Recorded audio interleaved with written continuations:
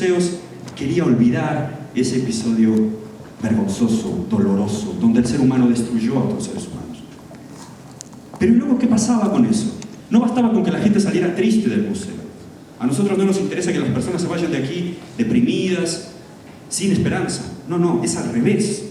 Lo que nosotros intentamos es que las personas que vienen aquí se vayan convencidas que esa violencia que pasó no es normal, que hay otra manera de vivir y que la gente, ustedes y yo, la gente común, podemos decidir en nuestra vida vivir de manera pacífica. Y por eso este museo es distinto. El museo, como les digo, en la parte de memoria habla de los genocidios. Y yo les voy a hablar acá específicamente de un genocidio. El primer crimen reconocido como un genocidio fue el Holocausto. Es un evento muy reciente, pasó apenas hace 80 años. Hay todavía sobrevivientes, vamos a conocer a un sobreviviente acá, lo van a ver en un video en un momento más.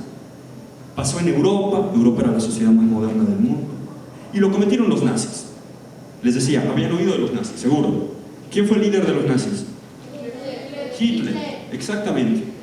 Bueno, pues ellos en 22 países de Europa, entre 1933 y 1945, mataron a 11 millones de seres humanos.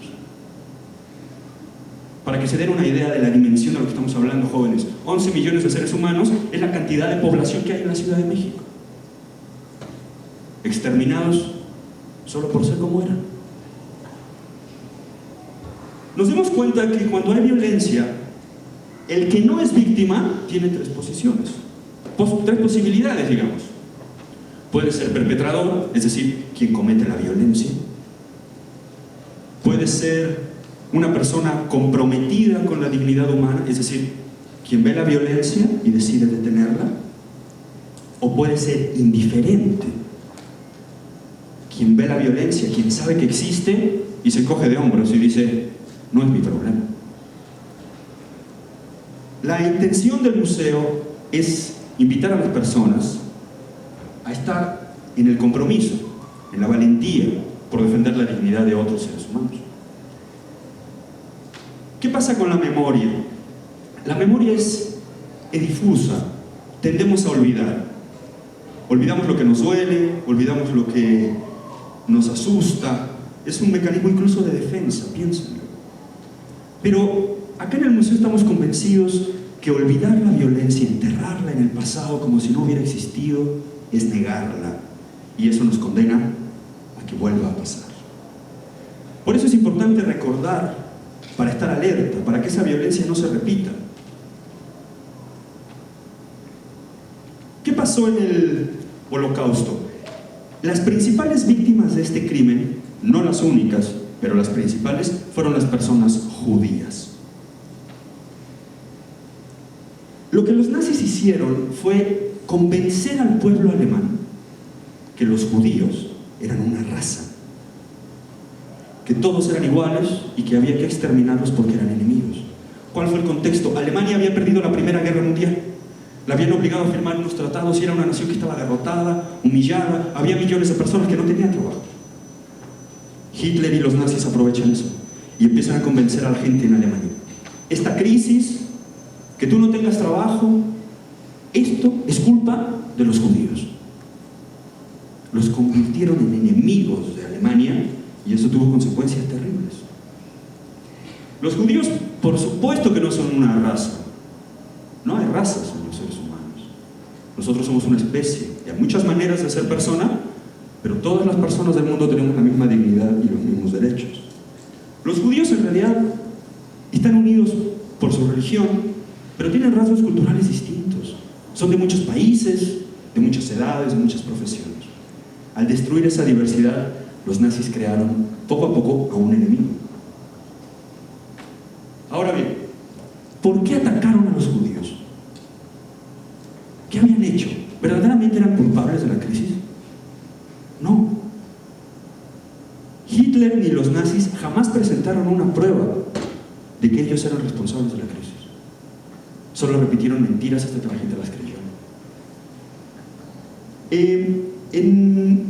Cuando hay una crisis, generalmente se busca a quién responsabilizar. Tal vez han escuchado la expresión, de que buscan a un culpable, a un chivo expiatorio. Se busca a alguien para responsabilizarlo de la crisis, del problema que hay. Bueno, pues eso fue lo que hicieron los nazis. Culparon a los judíos de la crisis y los convirtieron en enemigos. Y convencieron a toda Alemania de que había que destruir al enemigo. A pesar de que el Holocausto fue un evento específico, como les digo, el crimen entre el 33 y el 45 en 22 países de Europa, lo que motivó este crimen, que mató a 11 millones de personas, esas causas, esos contextos siguen existiendo el día de hoy.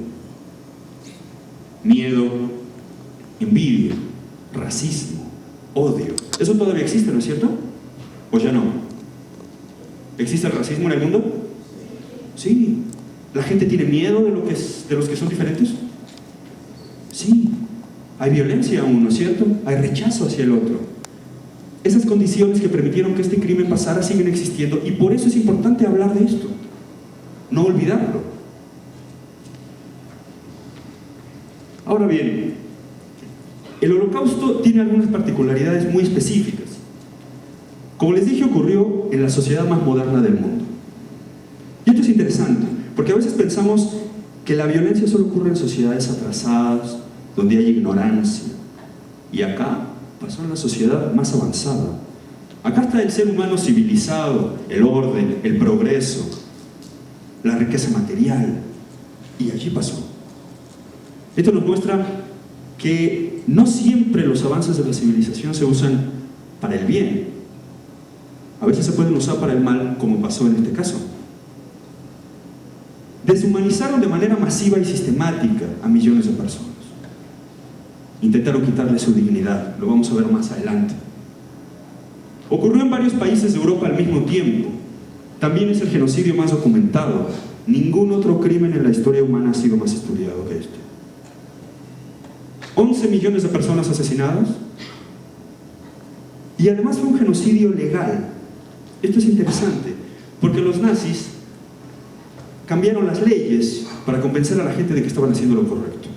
Ya lo veremos. ¿Quién es este hombre? Él fue el líder de los nazis. Pero, ¿ustedes creen que ese hombre, él solo, con sus manos, mató a 11 millones de personas en 22 países? Es imposible. Necesitó que la gente participara, ¿no es cierto? Una sociedad que se involucró para destruir al otro. Gente común que decidió cometer violencia para destruir a otros. ¿Cómo llegó al poder? Como les contaba recién, hubo una situación específica en donde el pueblo alemán se convenció de que los judíos eran sus enemigos. Esta tormenta perfecta, una crisis, desempleo, no hay dinero, la gente tiene hambre. Buscan respuestas, ¿quién los saque de ese lugar? Y llegan los nazis, y llega Hitler y les promete, yo los voy a sacar de este lugar. Y llegaron democráticamente al poder. El pueblo alemán eligió a los nazis. No fue un golpe de Estado, no. La gente confió en Hitler y los nazis para sacarlos de ese lugar de crisis. Les decía que fue un crimen legal porque lo primero que hicieron cuando llegaron al gobierno fue, vamos a cambiar la ley. Vamos a crear leyes que permitan violencia, discriminación, racismo. Piénsenlo, a nosotros nos han dicho desde que éramos niños, las leyes se cumplen. ¿Por qué? Porque son para el bien, ¿no es cierto? Por eso hay que obedecer. ¿Y qué pasa si de pronto cambian las leyes? Y entonces ahora las leyes no son para el bien, sino son para lastimar, para permitir violencia. Pero nos siguen diciendo, tienes que obedecer la ley. ¿Eso pasó acá? Cambiaron las leyes. Ahora ya no eran para proteger a las personas, sino para dañar a la gente. Y la gente siguió obedeciendo.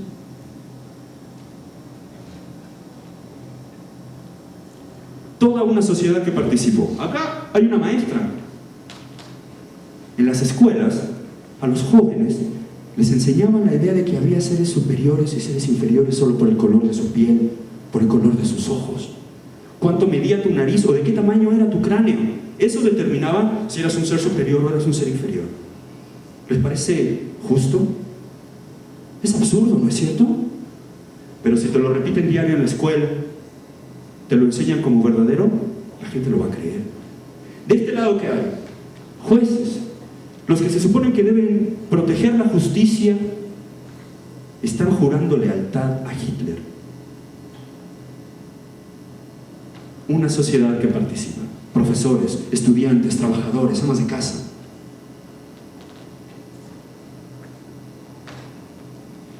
Hubo un momento en donde, a pesar de que la gente veía esto, lo dejaba pasar. Y algo importante aquí es preguntarnos por qué permitieron que esto pasara. Vamos a ir resolviendo esto poco a poco. ¿Qué tan fáciles somos de convencer? ¿Qué tan fácil es que nos convenzan de permitir la violencia? Esta chica que ven se llamaba Jessie Levinson. Hubo un concurso en Alemania para ver quién era el bebé ario más hermoso. Los arios eran aquellos que los nazis decían que eran seres superiores. Los arios son superiores y los que no son arios son inferiores. Bueno, pues hicieron un concurso. Vamos a ver quién es el bebé ario más hermoso. Y esa niña ganó. ¿Saben qué fue lo más ridículo? Que esa niña era judía. El fotógrafo, con la intención de ridiculizar las nuevas leyes raciales, participa con este retrato de una niña judía y gana. Todo esto era absurdo, era una demencia, pero la sociedad entró en eso. ¿Cómo los convencieron? Con propaganda, con educación. Las juventudes hitlerianas eran campamentos militares. ¿Cuántos años tienen ustedes? ¿14? 12, 13 años. Bueno, a jóvenes de su edad, desde los 12 años, en lugar de ir a una escuela normal, los llevaban a campamentos militares. Y allí les repetían, una y otra vez, tú eres ario, tú eres un ser superior a los demás. Todos los que no son como tú están equivocados y son inferiores. Y tienes derecho a destruirlos. Parece loco. Pero cuando estos chicos de 12 años tenían 18 y entraban al servicio militar, estaban completamente convencidos de estas mentiras. Además, hubo campañas de propaganda. Cine, radio, televisión, películas, carteles. Todos los días te repiten estas mentiras hasta que se vuelven verdad y las personas empiezan a creerlas. Cuando la violencia ya estaba, digamos, más encaminada, Hitler empieza a probar a la sociedad alemana. ¿Hasta dónde me van a dejar llegar? Y empezaron los boicots económicos. ¿Saben lo que es un boicot? Imaginen esto. Imaginen que de pronto alguien dice: no vamos a comprar productos judíos. Eso fue lo que pasó. No vamos a comprar productos judíos. No le compren a los judíos. Si un judío en tu barrio tiene una tienda donde vende abarrotes, no le compres a él. Y la gente obedeció. Eso es un boicot. Pero había un pueblo, esto fue real, un pueblito, por ejemplo, donde un militar se para en la puerta de una farmacia judía. La farmacia es judía. Y se para ahí para prohibir que la gente compre en esa farmacia. Y llega una anciana a la farmacia, se para frente al militar y le dice: quítate porque yo voy a comprar aquí mis medicinas. Le dice la anciana al militar, y el militar no se quita. La anciana entonces, con el bastón, golpea al militar y dice: que te quites, te dije, yo he comprado medicinas aquí toda mi vida y no voy a obedecer esta ley absurda, no voy a formar parte de esto. En ese pueblo, ese boicot no funcionó, porque la gente se dio cuenta que era una ley absurda, que no tenían por qué obedecerla, que tenían derecho a desobedecer, que esa ley violentaba a otros seres humanos y que ellos no iban a participar en eso. Hubo un programa en donde frente a toda esta violencia, miles de personas en Alemania quieren irse, porque ven la situación. Pero el mundo cerró las fronteras. Nadie recibió a los refugiados alemanes, a los refugiados judíos alemanes. Inglaterra abre sus puertas y en un programa que se llamó Kindertransport recibió 10.000 niños judíos, pero los recibió sin sus padres. Chicos como ustedes, enviados a otro país por sus propios padres para intentar salvarles la vida. La mayoría de los niños que participaron en este programa nunca más volvieron a ver a sus padres. Piensen un segundo, muchachos, el nivel de violencia que debe haber en una sociedad para que padres como los de ustedes envíen a chicos como ustedes a otro país. Tal vez no voy a volver a verte nunca, pero estoy haciendo esto con la intención de salvarte. Es difícil, ¿no? Es duro. ¿Un gobierno puede o debe controlar todo? ¿Qué piensan ustedes?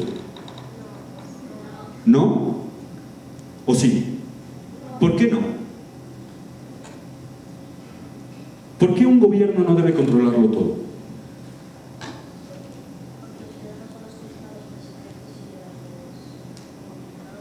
¿Por qué? Disculpa, no te escuché. Porque nosotros tenemos derecho al voto, libre expresión. ¿Tenemos derecho al voto, a libre expresión totalmente? ¿Sí? Porque los ciudadanos tienen sus derechos y nadie puede violarlos, ¿no es cierto? ¿El presidente puede? No. Cuando un gobierno tiene todo el poder, eso se llama una dictadura, un régimen totalitario. Una sola persona o un grupo de personas tienen todo el poder. No puedes cuestionarlos. A los nazis no los podías cuestionar. Imaginen un régimen donde ustedes no pueden hacer una pregunta. El que hace una pregunta es arrestado y es enviado a la cárcel. Si criticas la forma en que me comporto, eres arrestado y eres enviado a la cárcel. La violencia es el medio. No hay negociación. No puedes pensar diferente. Eso es correcto. Eso está bien. Las personas tenemos derecho a pensar de forma distinta, ¿no? Tenemos derechos, como decías tú, y nadie puede violarnos esos derechos. Bueno, en el régimen nazi, los nazis tenían todo el poder. El que cuestionaba, el que criticaba, era un enemigo. Y eran destruidos, perseguidos. La sociedad alemana permitió poco a poco que los nazis se quedaran con todo el poder. Y eso tuvo consecuencias terribles. Hubo un programa, el T4, así se llamaba la calle donde había un hospital en donde mataban gente con discapacidad.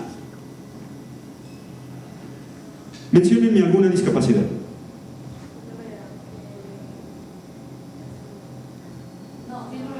El cáncer es una enfermedad, pero por ejemplo una persona con algún síndrome. ¿Qué otra? Síndrome Down. ¿Qué otra? ¿Alguien que no puede caminar? ¿Alguien que no escucha? ¿Es una discapacidad? ¿Sí? ¿Alguien que no ve? ¿Alguien que no puede hablar? ¿Qué me dicen de alguien, por ejemplo, que hubiera ido a la guerra y en la guerra sufrió una herida y le cortaron un brazo? Una discapacidad. Bueno, a todas esas personas los nazis los mataron en un hospital. Y el hospital estaba en una calle que se llamaba T4. Por eso es que el programa se conoció así. Y allí mataron a las personas con discapacidad. Los mataban de hambre.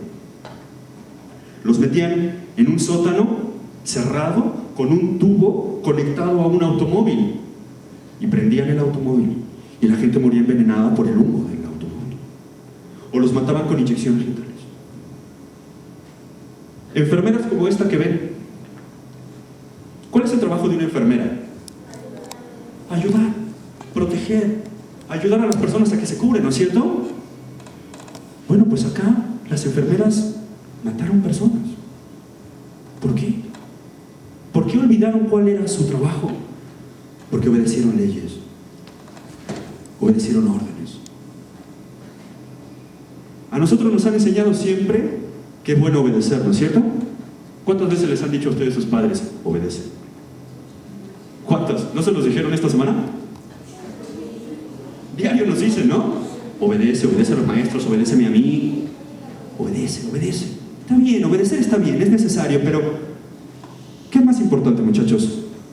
¿Obedecer o pensar? ¿Qué nos hace seres humanos? ¿Obedecer o pensar? Los animales obedecen, ¿no es cierto? ¿Pero piensan? Nosotros somos humanos.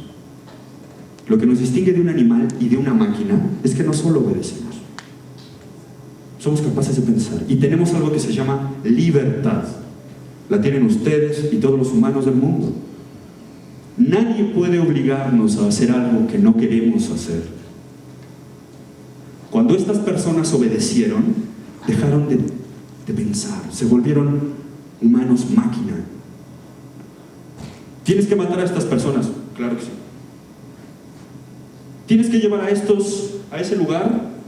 ¿Los vas a meter en el sótano y vas a encender ese carro? Y después vas a sacar los cadáveres. Claro que sí. Nadie preguntó por qué.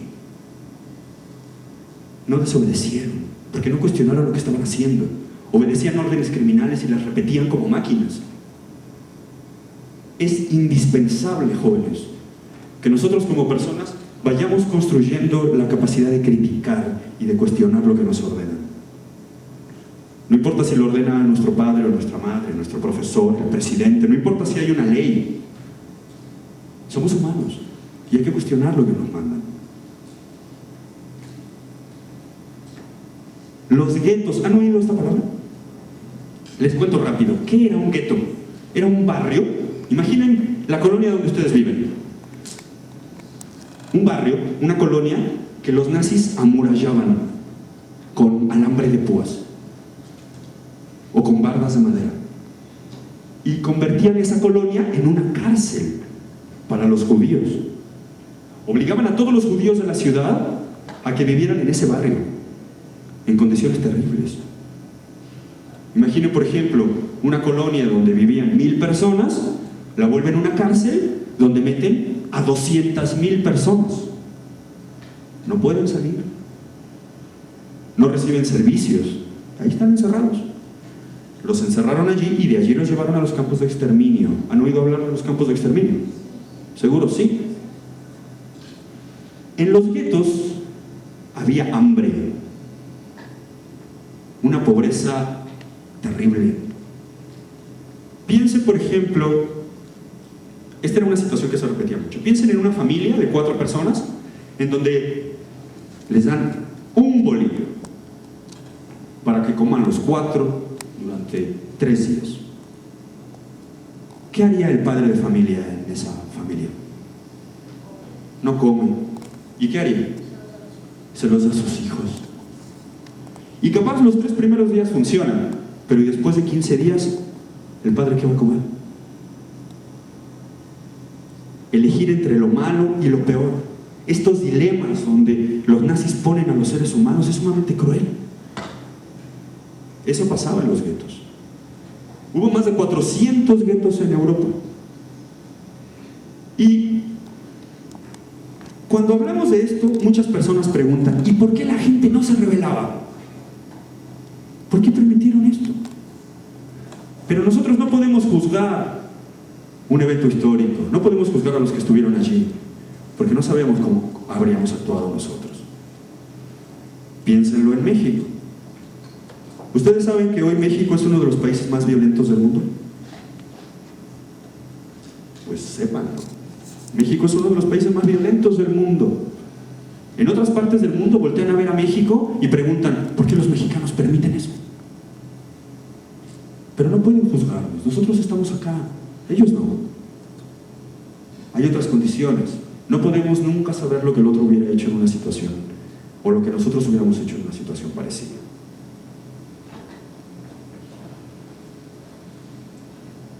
Cuando alguien comete un crimen, ¿ustedes creen que tiene miedo? ¿Qué le da miedo a un criminal? Que lo agarre el policía. ¿Y por qué les da miedo eso? Porque los llevan al bote, porque los llevan a la cárcel. Y cuando alguien no cometió un crimen y lo llevan a la cárcel, ¿les parece justo eso?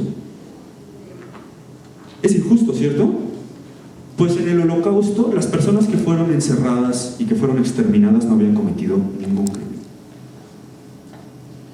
Familias enteras, jóvenes, niños de la edad de ustedes, asesinados en cámaras de gas, solo por ser como eran. Es la más terrible de las violencias, totalmente fundada en el odio, en el desprecio por la vida del otro solo porque es distinto de ti.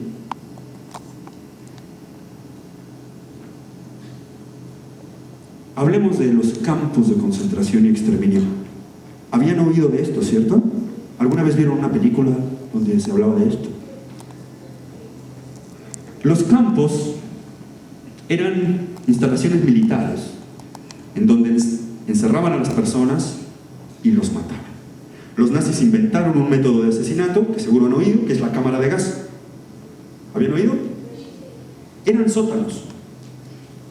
Engañaban a la gente, los llevaban en trenes, los bajaban del tren, mujeres embarazadas, niños, ancianos, y les decían: métanse ahí, desnúdense y se van a bañar en esas regaderas.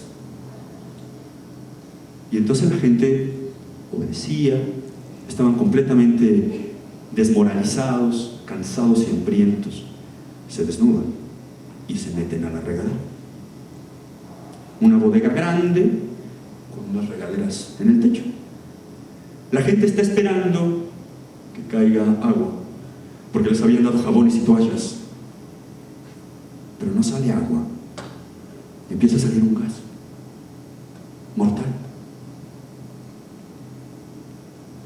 La gente intenta contener la respiración, pero es imposible. En algún momento tienen que respirar. Y en cuanto respiran, empiezan a morir. 10.000 personas por día llegaron a matar los nazis en las cámaras de gas del campo de exterminio más grande que hubo. 10.000 diario. Todos los días. Los campos de concentración y exterminio son el episodio más vergonzoso, el más humillante de toda la historia del siglo pasado. Y además, la cámara de gas es un acontecimiento donde no hubo testigos. Ninguna persona logró sobrevivir a las cámaras de gas. Los mataron a todos. Los campos de exterminio que los nazis construyeron nos hacen cuestionar qué somos los seres humanos. ¿Cómo fuimos capaces de construir algo así, de permitirlo? Además eran un negocio. Una vez que mataban a la gente, la sacaban de la cámara de gas, arrastraban los cadáveres y los revisaban. Todas las posesiones valiosas que tenían las separaban, porque las vendían en Alemania. Zapatos, ropa, joyas, dientes de oro. Incluso las partes del cuerpo de la gente las usaron. El cabello, por ejemplo, de los cadáveres, el cabello se usaba para los submarinos o los aviones. Es un asunto totalmente despiadado, ¿lo alcanzan a ver? Y esto pasó en la sociedad más moderna, y pasó hace menos de 100 años. Este es un mapa, un plano del campo de exterminio más grande, tal vez lo oyeron, Auschwitz. Estaba en Polonia. En Auschwitz había una parte del campo que se llamaba Canadá, está allá arriba, con K, ¿lo ven? ¿Lo ven o no? Bien. Allí llevaban todas las pertenencias de las víctimas que consideraban que eran útiles, que podían vender. Pero luego hay otra parte, miren acá. México, dice, ¿lo ven? ¿Por qué había en Auschwitz una parte que se llamaba México? Allí llevaban las pertenencias que consideraban inservibles. Todo lo que consideraban basura, desecho, lo llevaban ahí. Esa era la idea que tenían acerca de México. ¿Qué significa que te quiten tu identidad? ¿Qué es la identidad? ¿Cuál es tu identidad? ¿Qué es? Tu nombre, tu nacionalidad, forma de... Sí, tu forma de ser. ¿Tu cabello forma parte de tu identidad? ¿Sí o no? Claro que sí. La forma... tus apellidos, tu nombre. Si usas lentes, ¿eso es parte de tu identidad? Sí. A estas personas, a estos prisioneros les quitaron su identidad. Los despojaron de lo que los hacía ser ellos mismos. Los fueron deshumanizando, degradando, para destruir su dignidad. Miren esta frase, es de un sobreviviente. Quien entró a un campo jamás podrá salir. De la misma manera, el que no estuvo ahí jamás podrá entrar, ni siquiera con la imaginación. Es imposible, lo decíamos recién, tratar de ponernos en el lugar de una víctima de violencia. Hubo deshumanización. ¿A qué le suena eso? ¿No había derechos? Sí. ¿Qué más?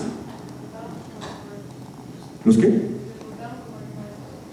Como animales. Les dieron trato de animales. Matar humanos. Sí. Convencer al asesino y a la víctima que no son humanos, que son seres inferiores,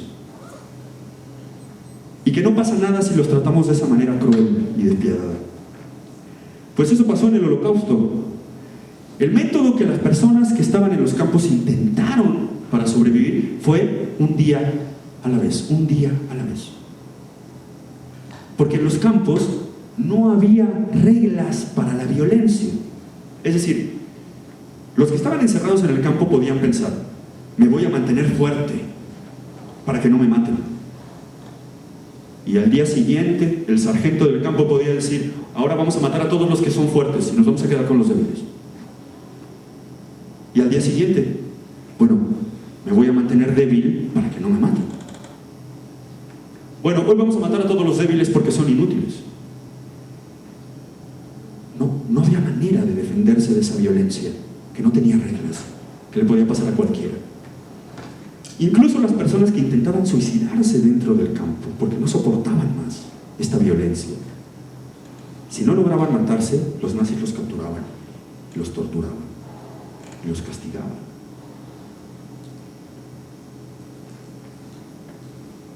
Cuando finalmente se va acercando el final de esto, el final de la guerra, los nazis deciden sacar a los sobrevivientes de los campos y los llevan caminando varios kilómetros en medio de la nieve.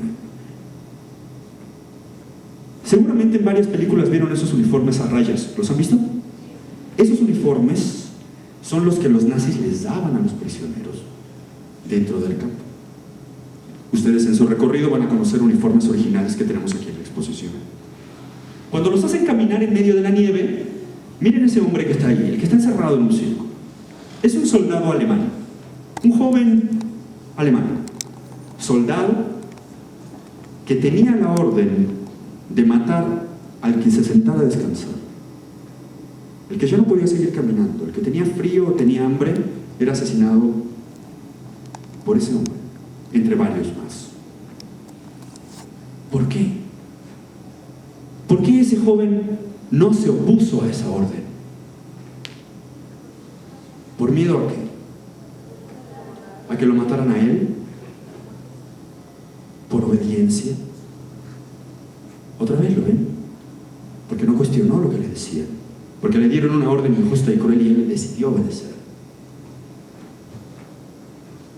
Cuando todo esto termina, se hicieron unos juicios en una ciudad que se llama Nuremberg, que está en Alemania, y allí 600 criminales nazis fueron juzgados y la mayoría de ellos dijo: yo soy inocente. Oye, participaste en el asesinato de 11 millones de personas, ¿cómo puedes decir que eres inocente? Yo soy inocente.